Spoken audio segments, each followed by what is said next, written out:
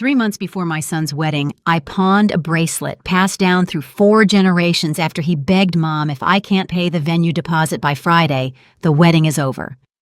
On the wedding day, I arrived at the luxury hotel carrying a gift I had sewn myself. The guard blocked me and said family only. Behind him, my son saw me slowly turned away and pretended I wasn't there. I had no idea his worst betrayal was still coming. I'm glad you're here for this story. Before we begin, if you'd like, drop a comment below. What are you doing right now while you listen? Working, cooking, driving, or maybe just resting? I read every comment. Quick note, this story includes fictional elements created for storytelling purposes. The lesson it carries is what I hope resonates with you. The security guard's hand pressed against my shoulder like a brick wall. Family only. He said, his voice mechanical and cold. I stood there at the entrance of the Grand Meridian Hotel in Atlanta, wearing the navy dress I'd spent 3 weeks comparison shopping for, clutching the small wrapped package containing a handkerchief I'd embroidered myself. At 68, with the careful hands of a retired wedding dress seamstress and an even more careful budget, I'd chosen every detail of this moment with precision. The gift had cost me time instead of money I didn't have. My fingers trembled slightly around the satin ribbon. There must be a mistake, I said, my voice barely above a whisper. I'm Wells' mother. The guard's expression didn't change. He was a man in his 40s, built like the brick wall his hand felt like, and my quiet insistence that I belonged here moved him not at all. Ma'am, I have strict instructions. Your name isn't on the list. Over his broad shoulder, I could see into the reception hall. Golden light spilled from crystal chandeliers onto 200 guests in designer suits and silk dresses. String music floated through the heavy wooden doors.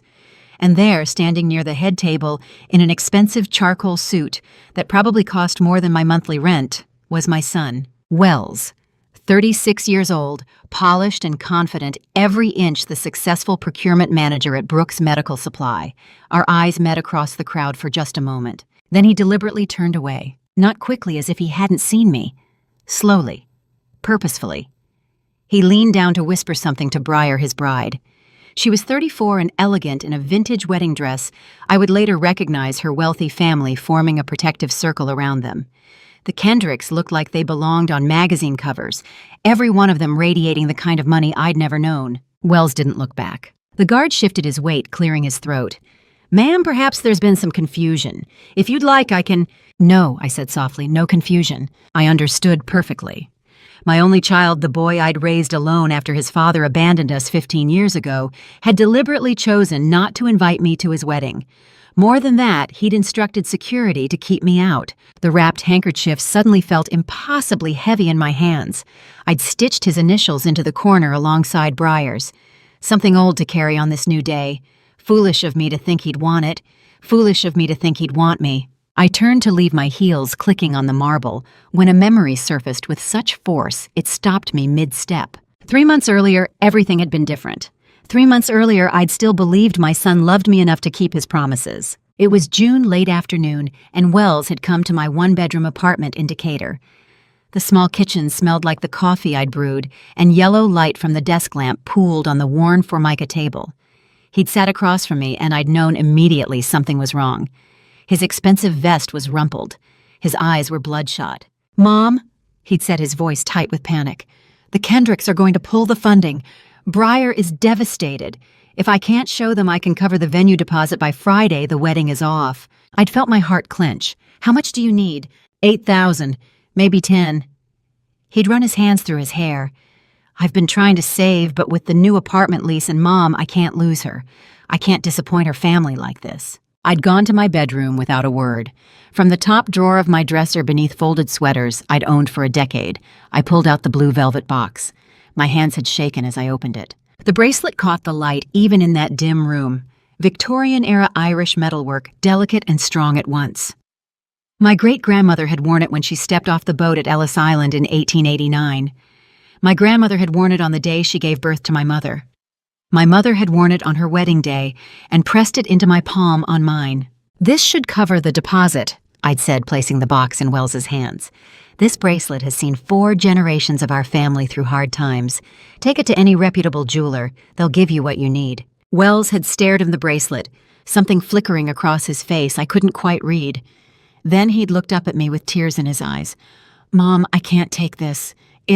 You can," I'd said firmly, "and you will. This is what family does. We help each other." He'd stood and wrapped his arms around me so tightly I could barely breathe. "You're saving us, Mom. I'll get it back, I promise. As soon as the wedding's over and things settle down, I promise." I'd believed him. Why wouldn't I? He was my son. The child I'd worked 3 jobs to raise, the boy I'd sent to college by cleaning other people's houses. I trusted him with the most precious thing I owned. "I'll invite you over for dinner next week," he'd said as he left that evening, the velvet box tucked carefully in his jacket pocket. "To meet Briar's family properly. You'll love them, Mom. They're good people." That dinner had never happened. His calls had grown less frequent over the following weeks. When I'd asked about the wedding details, he'd become vague. "It's going to be small," he'd said. "Very intimate. Briar's father is handling everything now." I'd understood what intimate meant. I'd understood, but I'd told myself I was wrong, that my son wouldn't exclude me from the most important day of his life. If you've ever given something irreplaceable to someone you love, you know that moment of release when the weight leaves your palm and you can't take it back. You know the trust that sits in your chest afterward, fragile as spun glass. I placed the bracelet in Wells's hands that day in June, the same hands I'd held when he learned to walk, the same hands I'd bandaged after playground falls. I'd watched him carry it out of my apartment and down the stairs to his car. I didn't know that day would be the last time I held it. I didn't know a lot of things. I stepped past the guard before he could stop me. My heels clicked on the marble floor, each step loud enough in the sudden quiet that 200 heads turned toward the sound. The security guard reached for my arm, but I was already moving, already committed to whatever came next. "Ma'am, please don't make this more difficult." Wells was moving toward me now, his expression somewhere between panic and fury. He kept his voice low, urgent, as he reached me at the threshold. "Mom, this isn't a good time. We can talk about this later." I looked at my son, really looked at him.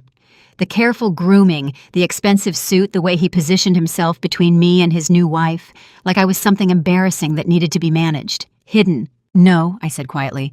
"We'll talk about it now." I walked past him into the reception hall. The string quartet faltered mid-phrase. Conversations died like candles being snuffed. 200 wedding guests, Atlanta's medical supply industry elite and old Georgia money dressed in Armani and Chanel, their collective net worth exceeding what I'd earn in 10 lifetimes, turned to stare at the elderly woman in the navy dress who'd just walked uninvited into their celebration. I kept moving forward down the center aisle between round tables draped in white linen. The scent of roses and expensive perfume hung in the air. Crystal clinked against china as someone set down a glass too hard. My feet knew this floor before my mind caught up to why.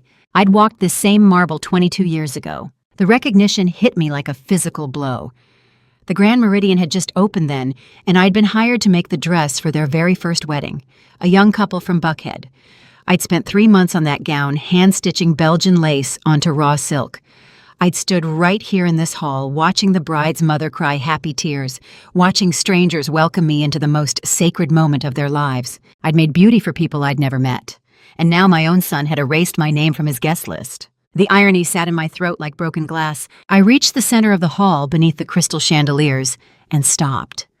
Turned slowly to face the room. My hands weren't shaking anymore.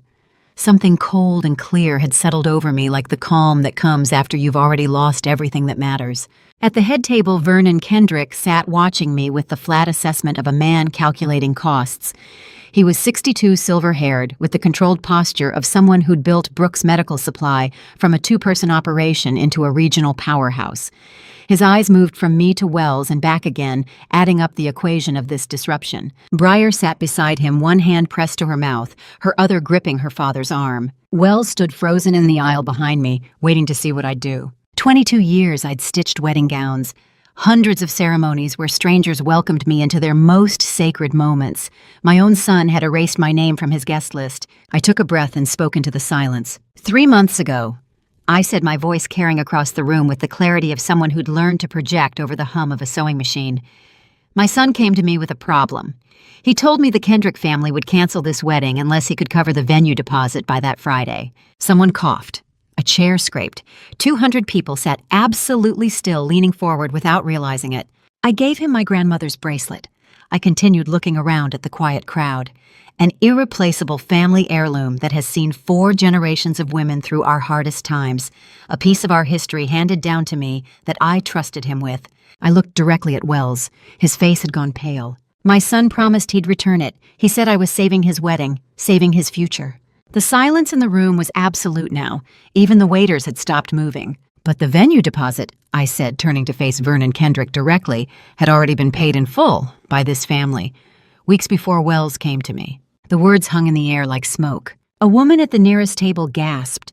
Whispers rippled outward from where I stood, a wave of shock spreading through the guests. Someone said Wells' name as a question. Someone else said, the bracelet, like they were trying to solve a puzzle. If you've ever told a truth you can't take back, you know that moment when the words are out of your mouth and hanging in the air between you and the people who'll never look at you the same way again. You know that instant when you can still see the world as it was before you spoke, even though you can already feel it changing. I watched Vernon Kendrick's face as understanding moved across it. His napkin fell from his lap to the white tablecloth. He stood slowly, every movement deliberate, measured. This was a man who'd spent 40 years making calculated decisions, weighing risk against reward, knowing when to cut losses and when to hold firm. He was calculating now, I could see it in his eyes, deciding whether to defend his future son-in-law or protect his own reputation. Deciding whether I was a confused old woman to be gently dismissed or a problem that needed managing. He moved like a man walking through a minefield, each step chosen with care. The entire room held its breath, waiting, watching to see which way Vernon Kendrick would fall toward his daughter's happiness or toward the truth I just laid at his feet like a grenade with the pin already pulled. Wells started to speak, his voice cracking slightly. "Dad, Mr. Kendrick, there's been some kind of misunderstanding here." But Vernon's eyes stayed locked on mine, and I knew in that moment he was doing the same math I'd already done. If the deposit had been paid and Wells still needed $8,000 from his mother's heirloom bracelet, then the question wasn't about wedding venues at all. It was about where the money had really gone. Vernon Kendrick stood at the head table, one hand resting on the white linen, his silver hair catching the light from the chandeliers above. The entire wedding, 200 guests, a 6-tier cake, $15,000 in flowers, held its collective breath, waiting for the patriarch to speak. Before Vernon could respond, Wells found his voice first. His voice took on the soft, patient tone I'd heard him use with confused customers on the phone, the voice you use when someone isn't worth arguing with. He positioned himself between his father-in-law and me, his body language protective, concerned. "Dad, Mr. Kendrick, I'm so sorry about this." Wells' voice carried across the silent room with practiced sincerity. "My mother has been struggling since my father passed. It's been 15 years, but she's never really recovered. The doctors have mentioned some memory issues. She sometimes confuses things, gets details wrong." The words hit me like a slap. "That's not true," I said, my voice steady despite the rage building in my chest. "My mind is perfectly clear." Wells turned to me with an expression of such gentle pity it made my skin crawl. "Mom, please, let's not do this here. We can talk privately later." But I was watching Briar. She sat at the head table staring down at her wine glass, one finger tracing the rim in small circles. She wasn't surprised. She wasn't confused. She knew this line was coming. This wasn't a spontaneous defense. Wells had prepared this. He'd come to his own wedding with a plan to destroy my credibility if I showed up. He'd told Briar what he'd say. Maybe he'd practiced it. Maybe they'd rehearsed together what to do if his mother appeared at the door. The realization settled over me like ice water. Around the room, I watched the guests' faces shift. The shock and curiosity from moments before was softening into something worse. Pity, uncertainty. An elderly woman in a navy dress making accusations at her son's wedding. A son explaining so reasonably about memory issues and confusion. I knew what they were thinking. I could see it in their expressions. Poor thing. How sad. Should someone help her home? Vernon Kendrick's face was harder to read. He stood very still, looking between Wells and me, that same calculating expression he'd worn earlier. "Mrs. Graves," he said slowly, "perhaps it would be best if—" "I'm not confused." My voice cut through his careful diplomacy. 3 months ago, my son told me your family would cancel the wedding unless he paid the venue deposit. I gave him a bracelet that belonged to my grandmother. He pawned it for $8,000. And the deposit had already been paid. You can verify that with your own records, Mr. Kendrick. You'll see the payment date. Wells's jaw tightened. "Mom, you're embarrassing yourself." "No," I said, "I'm embarrassing you. The silence that followed was absolute. Someone coughed. A chair scraped against marble. The hotel waitstaff, young men and women in black vests and bow ties, had stopped moving through the tables. Champagne bottles frozen mid-pour, their professional masks slipping as the family drama unfolded before them. They say the cruelest betrayals come from those you raised. I'd spent 36 years teaching Wells right from wrong. I'd worked 3 jobs to keep him fed and clothed and safe. I'd sat through parent-teacher conferences and emergency room visits and sleepless nights when he had fever. I'd taught him about honesty and integrity and treating people with respect. He'd learned well enough to weaponize the lessons against me. Vernon was reaching for his phone when a woman stood up from the third table on the left. She was one of Briar's bridesmaids, early 30s, with auburn hair swept into an elegant updo, wearing a pale pink dress that matched the wedding colors. Her hands were visibly shaking. She opened her mouth, closed it, then tried again. "I don't want to make this worse," she said, her voice trembling but audible in the quiet room. "But Wells asked me to lend him $3,000 last month." Wells went very still. "He said it was for a wedding surprise for Briar," the woman continued. Her name tag from the reception line read Heather Ross. "He seemed really stressed about it. He said he'd pay me back before the wedding. He hasn't." Wells turned toward her, his careful expression beginning to crack. "Heather, that's completely different." "Is it?" Heather's voice was stronger now. "You said you'd pay me back. You promised." I watched my son's face as understanding rippled through the room. The polished facade he'd maintained was fracturing in real time. His eyes darted from Heather to Vernon to Briar, looking for an anchor and finding none. This wasn't just about me. Wells had been borrowing money from multiple people. Different stories for different targets. The bracelet for his mother. A wedding surprise for Briar's bridesmaid.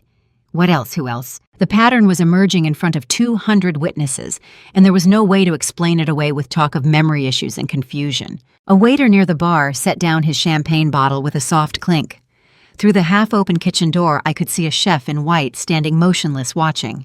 The room stopped moving like a film reel, catching on a single-frame waiter's mid-pour forks halfway to mouths, glasses suspended in air. Vernon Kendrick pulled out his phone and began scrolling through something, his face darkening with each swipe. Briar looked up from her wine glass for the first time, her eyes moving from Heather to Wells.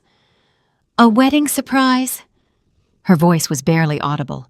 "What wedding surprise?" Wells reached for her hand. "Baby, I can explain." She pulled away. The waiters had stopped pouring champagne entirely now. One stood frozen near my elbow bottle, tilted over an empty glass he'd forgotten to fill. The chef's face appeared fully in the kitchen door window, his white hat visible above the stainless steel pass-through. At the nearest table, a woman sat with her fork suspended halfway to her mouth, shrimp cocktail forgotten. Guests who'd been eating pushed their plates away. The elaborate meal, herb-crusted lamb, roasted vegetables with truffle oil, arugula salad with candied pecans, sat cooling and untouched. Someone's knife clattered against china too loud in the silence. Nobody was eating anymore. The 6-tier wedding cake stood in the corner, pristine and perfect, its fondant flowers catching the chandelier light. $15,000 in white roses surrounded the dance floor, where no one would dance tonight. A champagne fountain bubbled in the corner, serving glasses no one wanted. Wells stood in the center of it all, his careful performance crumbling, and I could see him doing the same calculation I'd done moments before. Counting the exits, measuring the distance to the door, wondering if he could still talk his way out of this, or if it was already too late. The frozen tableau of shocked guests broke when Briar moved toward me. That's when I saw the dress. Really saw it the way only a seamstress who'd spent 40 years studying fabric could see. The lace trim at the wrists, Brussels lace with a flower motif, repeating every 3 inches. The way the train fell, weighted with tiny seed pearls sewn into the silk. The hand-stitched seams visible only if you knew where to look. I knew where to look because my own hands had made them. 31 years ago, a young bride named Helen who'd come to my shop with a picture torn from a magazine and a dream of looking like Grace Kelly. I'd spent 4 months on that dress, ordering the lace from Charleston because nothing local was fine enough. 6 weeks just for the lace to arrive. This was Helen's dress. Briar's mother's wedding dress. Briar stopped a few feet away, her hand moving to the lace at her wrist. "That dress," I said softly. She looked down, then back at me. "My mother wore it, 31 years ago when she married my father."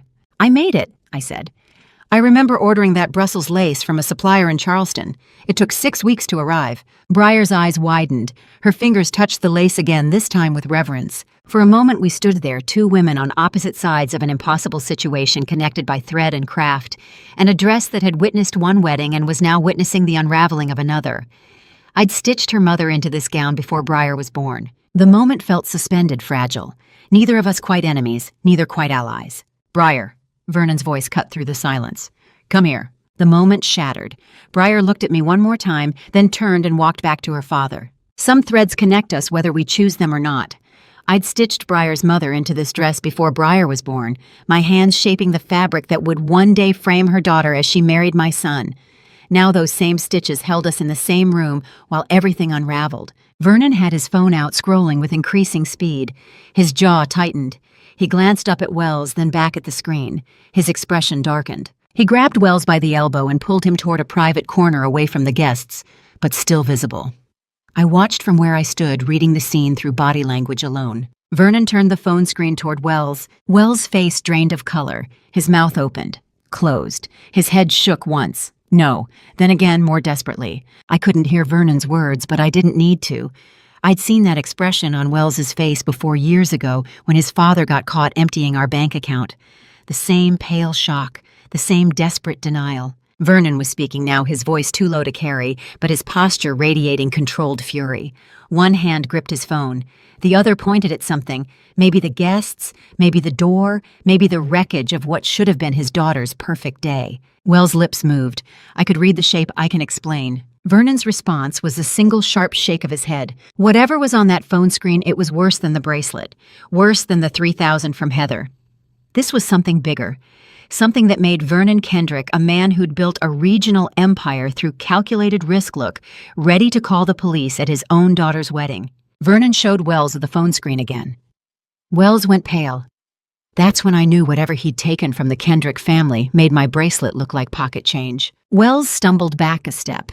His eyes darted around the reception hall like a trapped animal. They moved over the guests in stunned silence, over the waiters who'd stopped pretending they weren't watching, over the elaborate decorations that suddenly looked like a stage set gone wrong. Then his eyes stopped. The side door on the left, the one marked "Staff Only" in small brass letters. The service exit I'd used decades ago when delivering dresses to brides getting ready in the hotel's suite. Wells' entire body shifted, weight moving to the balls of his feet, shoulders turning fractionally toward that door. It was subtle, most people wouldn't have noticed, but I'd watched him play basketball in high school. I knew that stance. The coiled tension before he drove for the basket. He was calculating, measuring the distance, counting the steps between him and that exit, wondering if he could make it before anyone stopped him. Vernon must have seen it too, because his hand tightened on Wells' arm. Wells pulled free. For a frozen second, everyone in the room held their breath. Wells' eyes swept this reception hall one last time, past the guests, still frozen in shock, past Heather Ross, crying into her napkin, past Briar standing alone in her mother's dress, with tears streaming down her face, past me. Our eyes met. I'd seen that look before. 15 years ago, when his father stood in our living room with 2 suitcases and said he was going out for cigarettes. The same desperate, calculating expression of a man who'd run out of lies and was ready to run instead. I could see the panic rising in Wells' eyes. He was trapped, looking for any way out, but the weight of 200 staring guests kept him frozen in place for just a few moments longer. Before Wells could move, Briar grabbed my arm and pulled me into the side hallway. Before I could process what was happening, her grip surprisingly strong for someone wearing a $10,000 wedding dress and holding a bouquet of white roses. "Please," she said, voice urgent, "I need to tell you something." The hallway was quieter, cooler. The reception hall sounds became muffled. Vernon's raised voice, 200 guests murmuring, silverware clinking on china. Briar turned to face me. Up close I could see her makeup fracturing, mascara beginning to run, foundation creasing at her eyes. "The bracelet," she said. "The money didn't go to a venue deposit, you know that." "I know.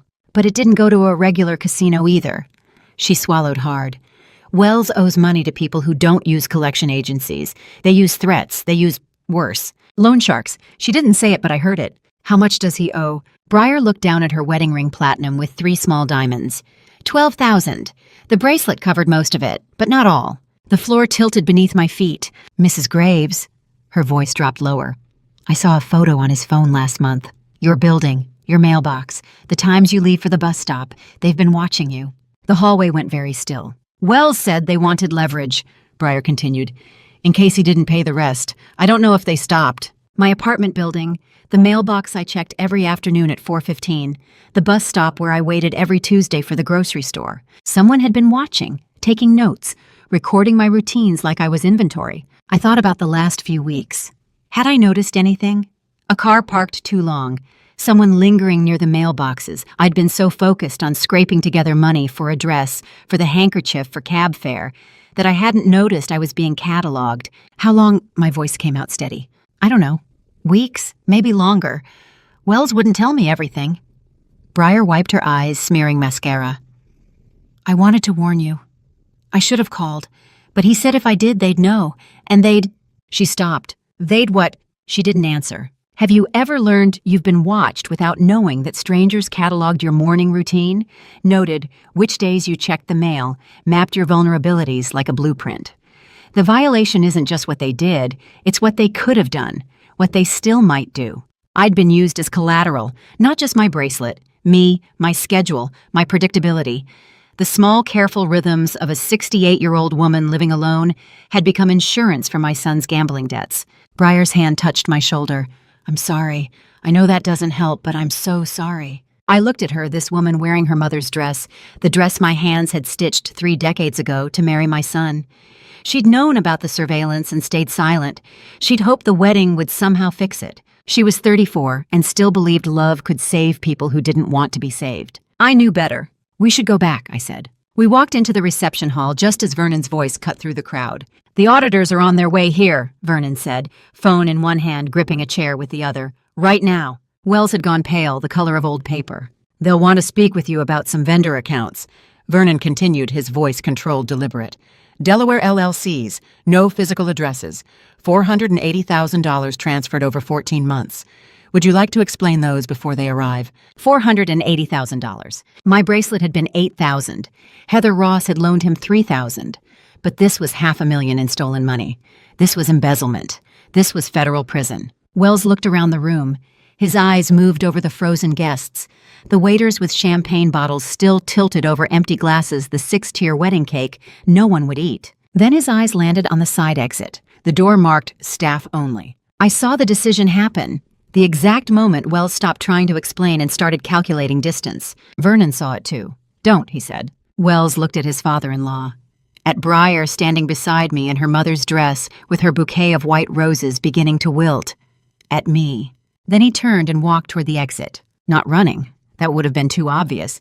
But walking with purpose-polished shoes, clicking on marble expensive suit jackets, swinging with each step. He didn't say goodbye. Didn't apologize, didn't look back. 2 hotel security personnel in dark suits and earpieces moved toward the side exit as Wells disappeared through it, but they were 20 seconds too late. He'd already vanished into the service corridors. Someone gasped. Vernon pulled out his phone. I heard him say 911 in a voice like granite. I could have called his name. I could have run after him. For 36 years, I'd run after him, chasing him home from bad friends' houses when he was 14, chasing down bill collectors when he was 22, chasing the version of him I thought I could still save. Every time he stumbled, I caught him. Every time he fell, I picked him up. Every time he ran, I followed. This time my feet stayed planted on marble. I watched the staff door swing shut.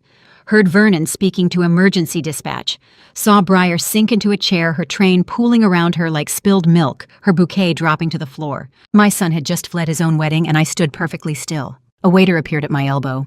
"Ma'am, are you all right? Can we get you some water?" I shook my head and walked slowly to the nearest chair, a gilded rental that probably cost more than my monthly rent. I sat down carefully, hands folded in my lap. Vernon's voice on the phone with 911 faded to background noise. The wedding guests' whispers became white static. For the first time that day, I cried. I didn't know then that crying was the easy part, that the real devastation was still waiting in my bank account. I didn't cry for long. Someone handed me a glass of water.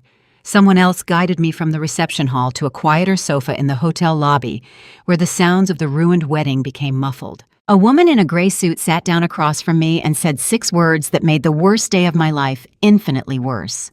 "I've been trying to reach you." Special Agent Ursula Weaver, 45 and calm, in a tailored gray suit that matched her steel-colored eyes, sat across from me with the controlled empathy of someone who'd delivered terrible news to fraud victims many times before. "I'm Special Agent Ursula Weaver, FBI Financial Crimes," she said, pulling a badge from her jacket. "I've been trying to reach you for 3 weeks, Mrs. Graves. Do you have a few minutes?" I nodded. What else could I do? She opened a slim leather folder and pulled out bank statements. "Do you recognize this account?" I looked at the paper. My name, my Decatur address. But transactions I'd never made, transfers to places I'd never heard of, amounts that made no sense. "No," I said, "I don't know what this is." "Your identity has been used to open accounts in 2 states over approximately 4 months, Agent Weaver said. Her voice was gentle but matter-of-fact.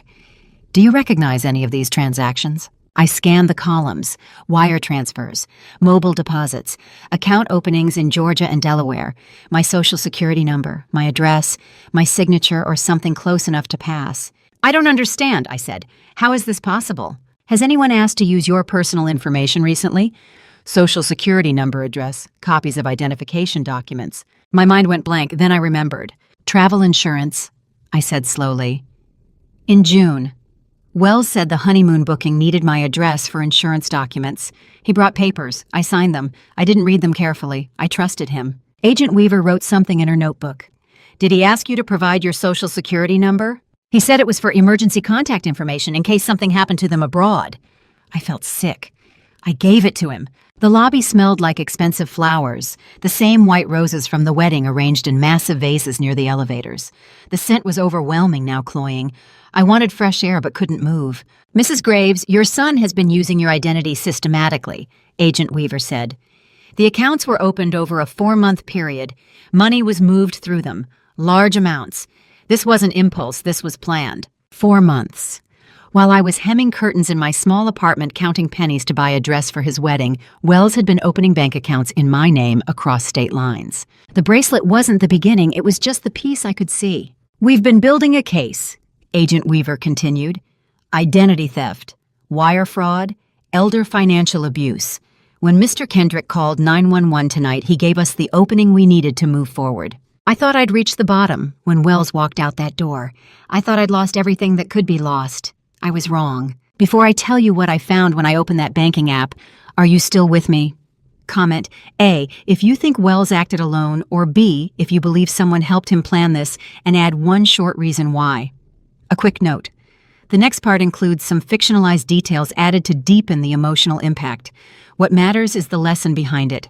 "Mrs. Graves," Agent Weaver said quietly, "I need you to check your bank account right now while I'm sitting here with you." Something in her tone made my hands shake. I pulled out my phone. The screen was cracked. I dropped it months ago and couldn't afford to fix it. I opened my banking app with trembling fingers. Checking account $247.83. That was normal.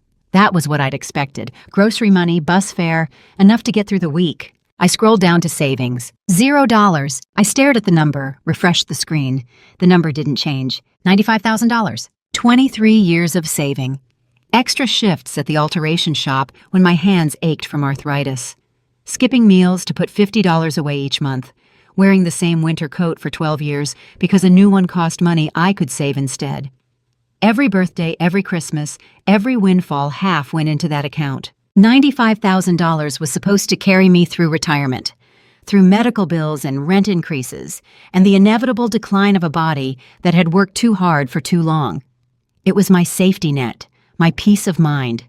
My proof that all those years of sacrifice meant something. Gone. When? I heard myself ask. The transfer. Agent Weaver leaned forward to see my screen. September 17th, 3 days before the wedding. Mobile banking transfer. The IP address wasn't from your home. 3 days before the wedding, while I was pressing his handkerchief gift, while I was practicing what I'd say when I saw him walk down the aisle, while I was believing, still believing, that my son loved me. "We're going to get it back," Agent Weaver said. Her hand touched my shoulder briefly. "That's why I'm here. This is an active federal investigation into elder financial abuse. We can freeze accounts, trace transfers, recover funds." I heard her words, but they felt distant, theoretical. There's a particular arithmetic to restarting your life at 68.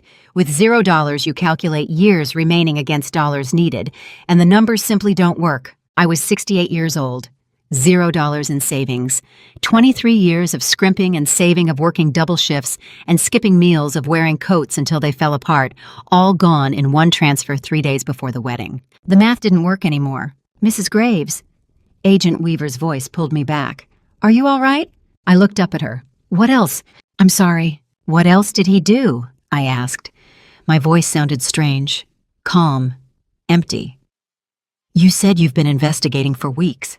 You didn't come here just to tell me about bank accounts. What else? Agent Weaver closed her folder slowly.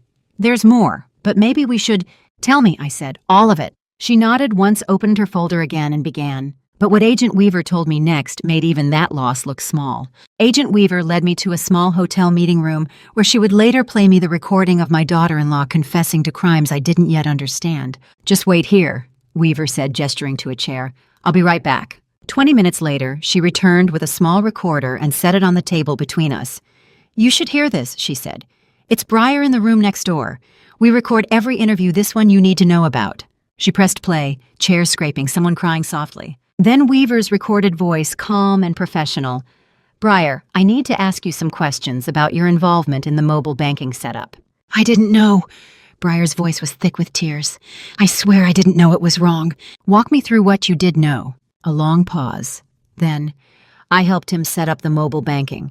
He said it was for a joint account for after the wedding. I didn't know it was her account.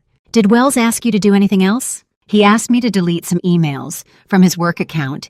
He said they were just duplicate messages, IT stuff. I deleted them. Another pause.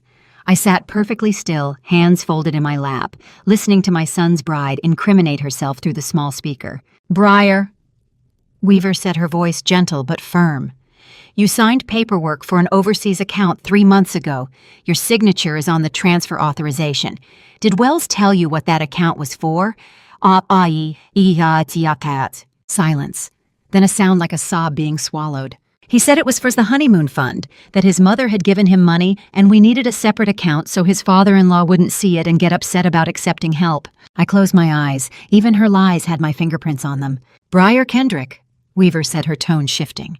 You have the right to remain silent. Anything you say can and will be used against you in a court of law. You have the right to an attorney. If you cannot afford an attorney, one will be appointed for you. Do you understand these rights? The sound of crying grew louder. I had made her mother's wedding dress before Breyer was born. My hands shaping the silk that would someday frame this moment. A bride being read her Miranda rights on her wedding day. Weaver switched off the recorder. She sat down across from me and opened her folder again. I'm sorry you had to hear that, she said. Is she under arrest? Yes, conspiracy to commit wire fraud, obstruction of justice. She'll be processed tonight. I nodded. I didn't feel sorry for her. I didn't feel anything. There's more, Weaver said. We arrested Wells at I-85 northbound.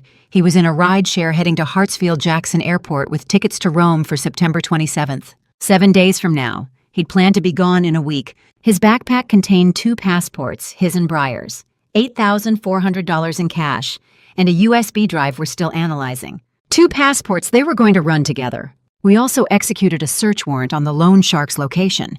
Weaver continued. The one who'd been watching you. We found your bracelet, Mrs. Graves, in the safe, next to drug money and unregistered firearms. My grandmother's bracelet.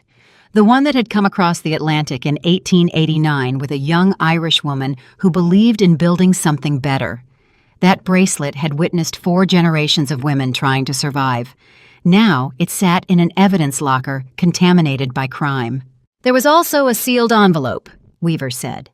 Inside a photocopy of your passport.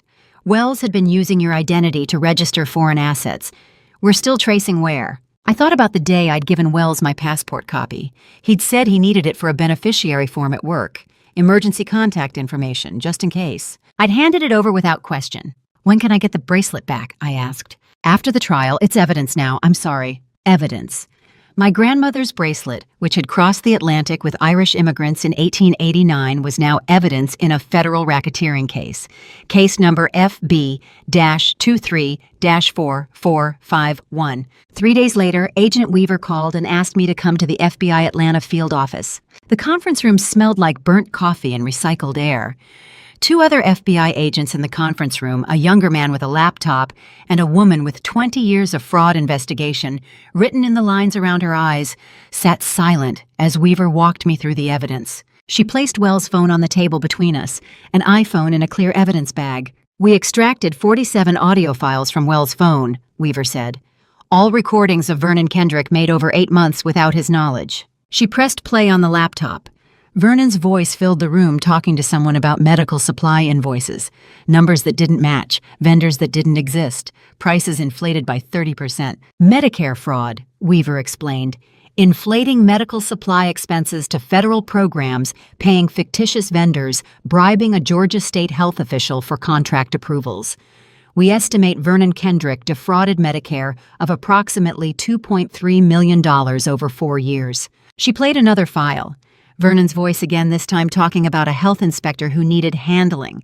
Cash amounts, offshore accounts. "Wells built this as blackmail insurance," Weaver said. "If he got caught with the embezzlement, he could threaten to expose Vernon. Mutually assured destruction. Breyer knew about the recordings." I sat there listening to Vernon Kendrick commit federal crimes while my son recorded him, and I realized there was no one clean in this story. Not Vernon, not Breyer, not Wells. Not even me, who'd enabled Wells for 36 years, who'd taught him that love meant never facing consequences. The younger FBI agent closed his laptop. The older woman made notes on a legal pad. Weaver watched me with those steel-colored eyes. "What happens now?" I asked. "Wells will be arraigned Monday. Breyer on Tuesday. Vernon's case goes to the U.S. Attorney's Office next week. This is going to be a long process, Mrs. Graves." I nodded. "Wells is being held at Fulton County Jail," Weaver said carefully. "He hasn't asked for you, but if you wanted to visit him, you could." I looked at Agent Weaver and asked the question I wasn't sure I wanted answered. "Can I visit my son?" She studied my face for a long moment. "You can, Mrs. Graves. The question is, do you want to—" The question hung between us like a test I wasn't sure how to pass. I passed the test by failing it. 10 days after the wedding, I sat in the Fulton County Jail visitation room behind scratched plexiglass holding a phone that connected me to my son in an orange jumpsuit, and for the first time in 36 years, I'd come without a plan to save him. The visitation room smelled like industrial cleaner and sweat. Fluorescent lights hummed overhead. Around me, other families sat at similar partitions, speaking in low voices, through phones, hands pressed against glass that would never let them touch. Wells appeared on this other side of the partition. No suit, no polished shoes, just orange cotton and uncombed hair. He looked smaller somehow, like he'd been diminished by confinement. Dark circles under his eyes. 3 days of stubble. He picked up the phone. I picked up mine. "Mom," he said. His voice cracked on the word. I didn't say anything, just looked at him. "I'm sorry," he said. "I know that doesn't mean anything right now, but I'm sorry. I never wanted—" He stopped, started again. "I didn't mean for it to go this far." I waited. "My lawyer thinks if we can show mitigating circumstances, gambling addiction, family history of financial trauma, it could knock years off the sentence." He spoke faster now, words tumbling out in the rhythm I recognized from every crisis he'd ever talked his way through. "Mom, I need you to talk to my lawyer. If you testify about my gambling addiction as a mitigating factor, it could reduce my sentence." "No." The word came out quiet, calm, final. Wells stared at me through the plexiglass. "What?" "No," I said again. "I'm not going to fix this for you, not this time." His mouth opened, closed. "Mom, I'm looking at 15 years. 15 years in federal prison. I need you to—" "I know what you need," I said. "You've always known how to tell me what you need, and I've always given it to you, but not anymore. You're my mother." His voice rose. A guard near the door glanced over. Wells lowered his voice. "You're supposed to help me." "I love you," I said. The words felt strange in my mouth, true but different. But love doesn't mean I carry this anymore. Wells's face went through several expressions: shock, anger, disbelief, calculation. I watched him cycle through them, looking for the angle that would work, the words that would make me change my mind. I stood up.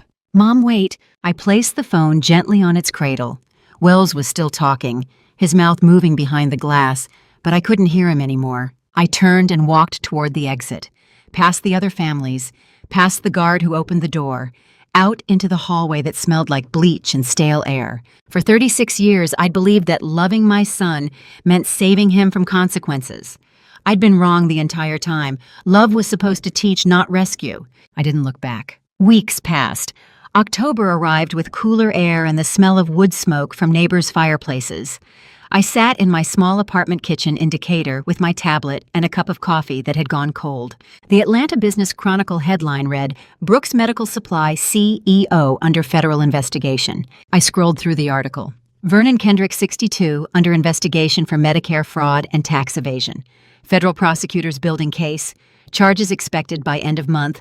Estimated fraud totaling $2.3 million over 4 years. I scrolled further. Former procurement manager Wells Graves, 36, faces wire fraud, identity theft, elder financial abuse charges in separate case. Then, marketing director Briar Kendrick named in conspiracy charges related to overseas account transfers and obstruction of justice. I set down the tablet and finished my coffee.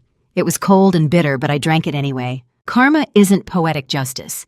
It's just everyone's secrets coming due at the same time, like bills arriving in the same week when you can't pay any of them. Vernon had built an empire on fraud. Wells had stolen from that empire while building blackmail insurance. Briar had helped him, hoping love would somehow make it right.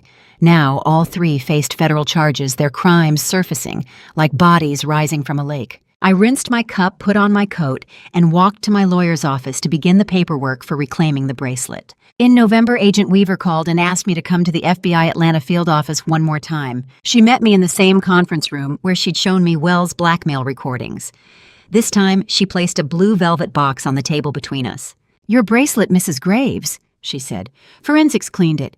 You'll need to sign the evidence release form here." I signed the form. My hand didn't shake. Weaver slid the box across the table. I opened it. The Victorian bracelet sat on white silk, polished to a shine it hadn't had in decades.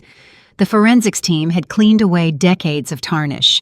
It looked almost new, almost the way it must have looked when my great-grandmother wore it in 1889, crossing the Atlantic with nothing but hope and a velvet box.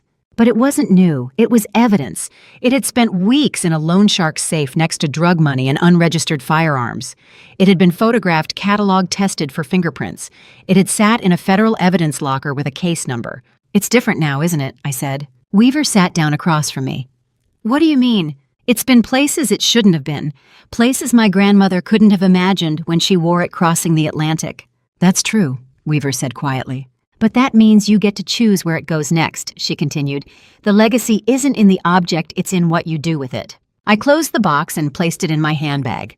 The weight of it felt different, lighter somehow, or maybe I was just carrying it differently. I held the bracelet in my palm one last time, 4 generations of women all the way back to Ireland in 1889.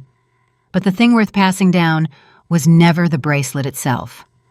I understood that late, but I understood. What came next wasn't about preservation, it was about transformation. I sold the bracelet in November. Christie's Atlanta estimated $12,000 to $18,000. It went for $14,200 at auction.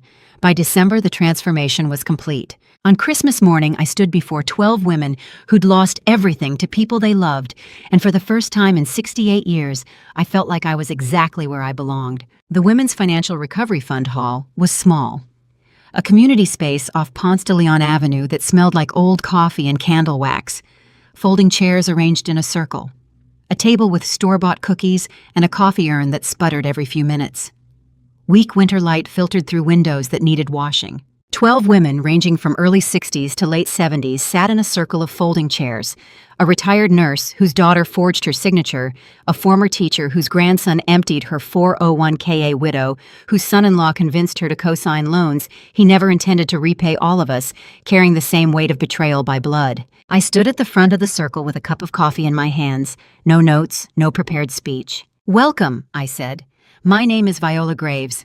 3 months ago, my son stole my retirement savings and pawned the bracelet my grandmother brought from Ireland.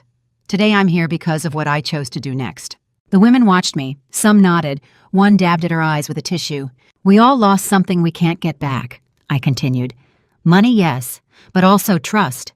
The story we told ourselves about the people we loved, the version of them we believed in even when evidence said otherwise." A woman in the third chair, the retired nurse named Dorothy, spoke up. "How do you stop blaming yourself?" "I don't know if you do," I said honestly. "But this circle exists because loss doesn't have to be the end of the story." I told them about the wedding. Not every detail they didn't need to know about the Brussels lace or Vernon's Medicare fraud or the blackmail recordings. But I told them about standing at the Grand Meridian Hotel entrance in a dress I'd comparison shopped for 3 weeks, being turned away by security while my son watched from across the room. I told them about the FBI agent who appeared in the lobby, about checking my bank account and seeing zero where $95,000 should have been. I told them about visiting Wells in Fulton County Jail and saying no. That was the hardest part, I said. Not losing the money, not even losing the bracelet. It was learning that loving someone doesn't mean carrying their consequences forever. Choosing between loving someone and saving yourself has no clean answer, just the one you can live with when you look in the mirror. I picked up the blue velvet box from the table beside me. Empty now, just the white silk lining where the bracelet used to rest. This held my grandmother's Victorian bracelet, I said. 4 generations, crossed the Atlantic in 1889. I gave it to my son because he said he needed it. He pawned it for $8,000, and it ended up in a loan shark's safe next to drug money. I closed the box. The FBI returned it in November. It sold at auction for $14,200. The room was silent except for the coffee urn sputtering. I kept nothing, I said. 50% went to starting this fund, $7,100, so we could rent this space and help women like us rebuild. 30% cleared debts I'd been stuck with when Wells creditors came after me. 20% went to an Atlanta sewing vocational school that trains women over 50 for alterations work. I set down the empty box. The bracelet is gone. But what I'm passing down is something my grandmother couldn't have imagined, the knowledge that you are allowed to stop. You are allowed to say, I have given enough. I looked around the circle. 12 faces looking back at me. 12 women who understood what it meant to love someone who took everything. Not because you don't love, I continued, but because love was never supposed to cost you everything. A woman in the back, the former teacher whose grandson had stolen from her, raised her hand slightly. What if they come back? What if they ask again? Then you practice saying no, I said, again and again until it stops feeling like betrayal and starts feeling like survival. At the doorway, Agent Weaver stood watching.